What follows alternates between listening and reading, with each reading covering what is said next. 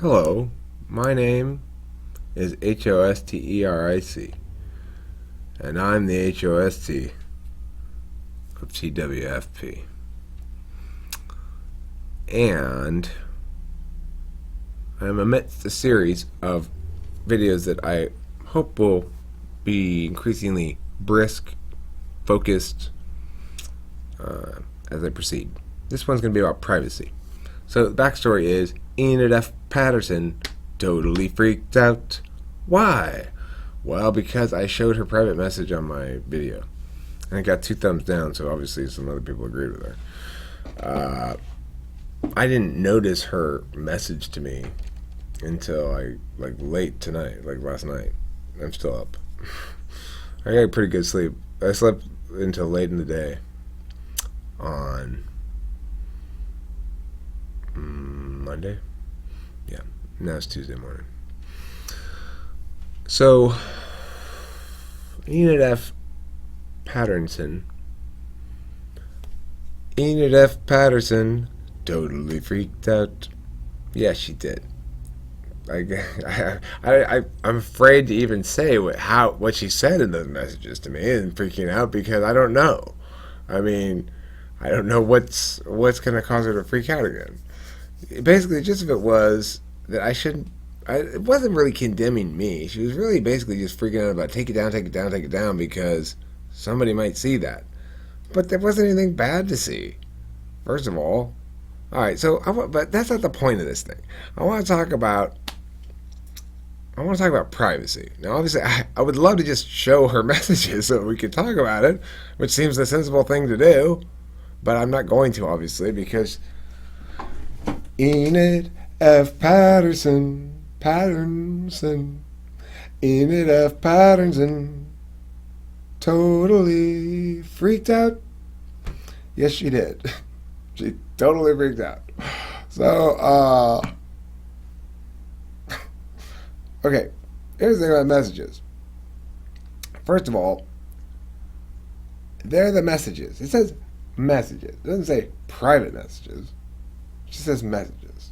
Now, I understand that most people assume there's privacy because the real reason that they have messages and how they ought to be thought of is so that you can communicate with somebody, not about a video.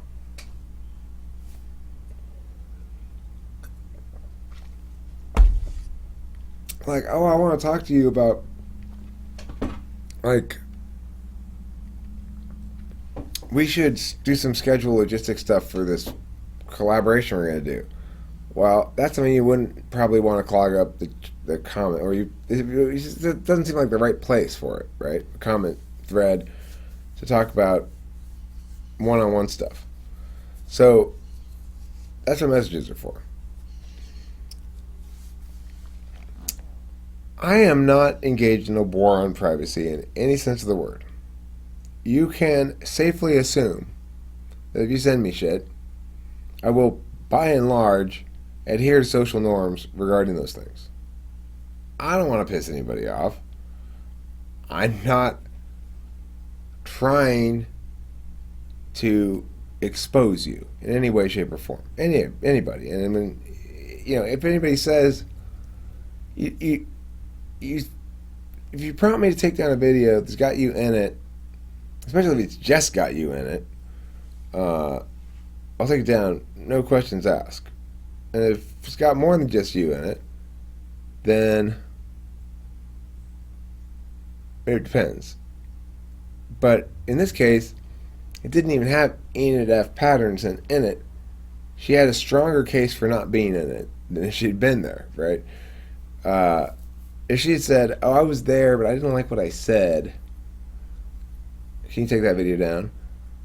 I almost surely would. Unless it would depend, I guess, because if there were, let's say a new person came in and I was typing that new person and that was the majority of the video, but Joe Sternenston is in the room and he says something stupid, I don't know, Hey, I hear that the Illuminati has started selling branded toilet paper. They're evil, those Illuminatis. They're made out of lizards. A lizard who gets embarrassed about it and wants to take it down. Probably not. But for the most part, I try to be accommodating. In this case, no problem because she has legitimate claim. I concede the point. I'm not trying to fight the point. I'm trying to fight the point that she had a legitimate expectation for me not to share that. I will say the following, that my accident is sort of understandable because she did indicate in the body of the original message that she had talked about this on her channel. And I indicated in my reply that I would talk about it on mine. So, but I didn't say that I would show her message. But I couldn't look at the message without it showing, the way I've got the recording set up. So I could have set that up differently, probably. I mean, not probably. I could have set it up differently. I was being lazy, I guess, basically. I didn't know you were going to care that much, Enid F. Patternson. Now, all that was notwithstanding, I will even go as far as to say I'm sorry. I'm sorry for that. I'm sorry I showed that to you. That was careless of me. I shouldn't have been that careless. My bad. But now I want to transition to why privacy is bad. It's a very simple concept, and I've yet to find anybody who actually disputes it. The concept is this: if you aren't doing anything wrong, you shouldn't feel any need to be private about it.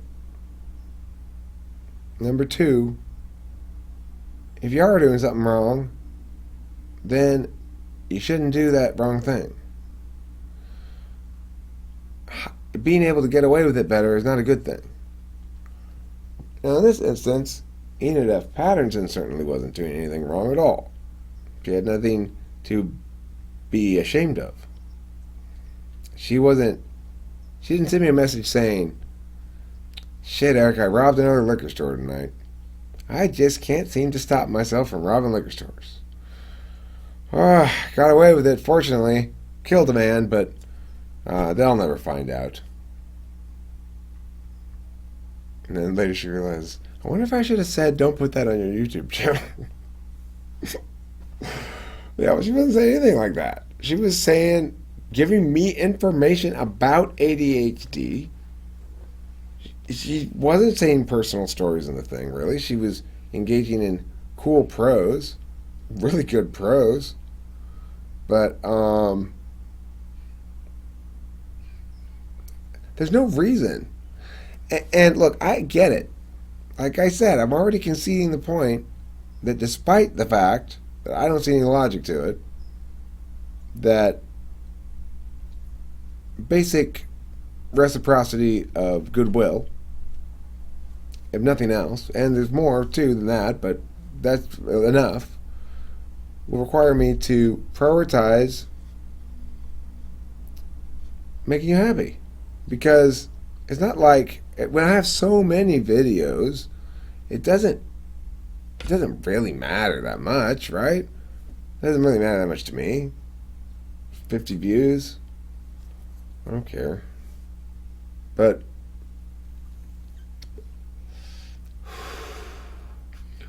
what does matter to me is winning the point that privacy is bad. That matters because privacy is not the attainment of your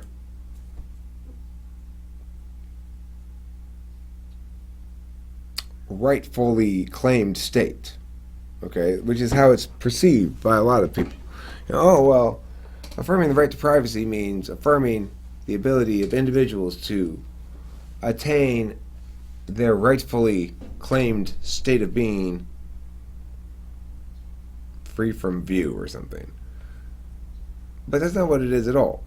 Every claim to privacy is a claim, not just a claim, but an active an action taken one way or the other to obfuscate information such that others are denied access to it.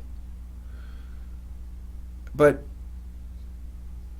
to attain your state of hidiness, one person gets to have hidiness, every single other human being on the planet is denied access. But I mean, functionally, every human being who might, in an alternately perceived reality in which it weren't hidden, access it. So, from whence cometh this claim? From whence? Well, when it's asserted properly, it comes from property rights. So I'm not saying you shouldn't be able to attain a state of privacy via property rights, but I am saying that, one, you have no expectation of privacy outside of that attained through property rights.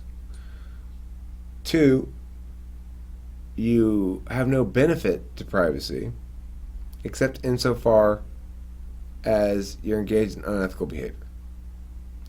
Number three, you do harm with privacy in that it is only through the persistent hiding away of perceived flaws that are actually simply part of being human that we enable the continuing delegitimization of those very human and universal elements that ought instead be treated as opportunities for growth, opportunities for individuals to help each other, opportunities to define ourselves according to an arc rather than a dossier page or something. We can metacognate in ways that allow us to do remarkable things.